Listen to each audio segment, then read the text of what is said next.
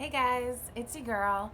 I think we pretty much all know each other by now, but if you don't know me, I'm Aimee.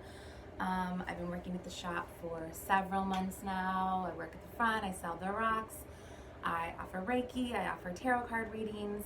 But today I just wanted to show you how to properly wrap your cards using the wraps provided in your boxes this month. Keep in mind, it's going to be a little bit difficult to use your spell cards. I think you only have 2 right now so far. So it's not going to be the correct thickness to get the results that you want. But you can go ahead and follow along with me right now. If you have another deck of oracle cards or tarot cards, you can practice with that. Or if you just have a regular deck of playing cards, just something that you can practice with and follow along until you get the hang of it. So, we just kind of thought that this would be easier to follow along with than like written instructions. So this is what we're going to do. We're going to take your wrap. We want you to lay it in a diamond shape in front of you. So 2 of the corners are directly horizontal and 2 of the corners are directly vertical in front of you. It's okay if you're using a small table like me and the edges are kind of coming off of the table because we're going to be adjusting it as we wrap it. All that you really need is to have the bottom corner flat in front of you and accessible. So once you've laid it in a diagonal or in a diamond shape in front of you, we're going to go ahead and put our cards about an inch or 2 from the bottom corner, directly in the middle. The idea is to have enough material to tuck it underneath the cards. But before we do that, go ahead and get your cards directly in the center, flat with each other, and then take your quartz point, quartz for connection to spirit, for clarity, for clear messages, and put it right on top of your deck. You don't have to do anything other than that. The wrap is going to keep it right in place.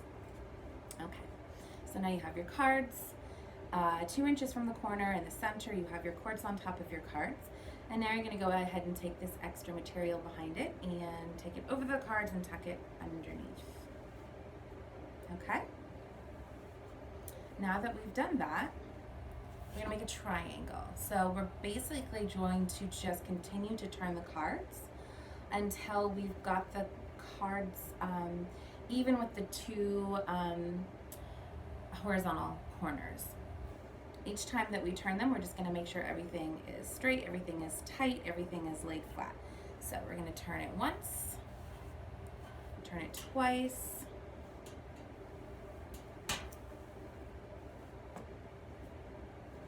turn it 3 times, 4 times. For me, it takes about 5 turns.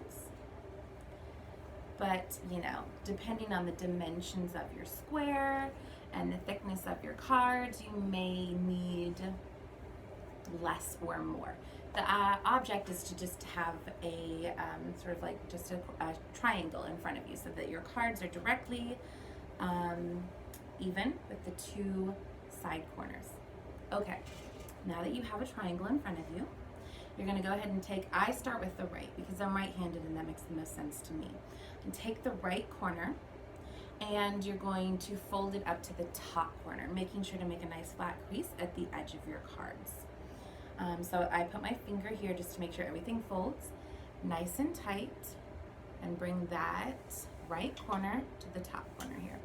So now we have a new triangle, this triangle. And we're going to take that corner again. The idea is to get this completely flat, so there's no excess material beyond the edge of the cards. So you're going to take your right corner again, go ahead and make a crease here to make sure everything goes flat against the cards, and pull it directly along the edge. Okay, now we're going to go ahead and start working with the left corner.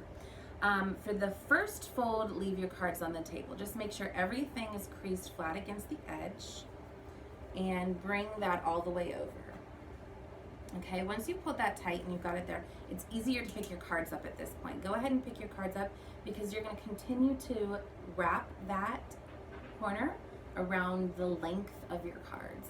Keep wrapping until you can't go any further. You're going to have a little bit of excess material.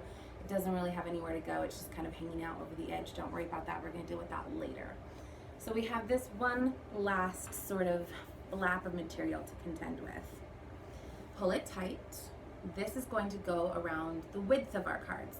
Pull it tight and wrap it around the width one full time.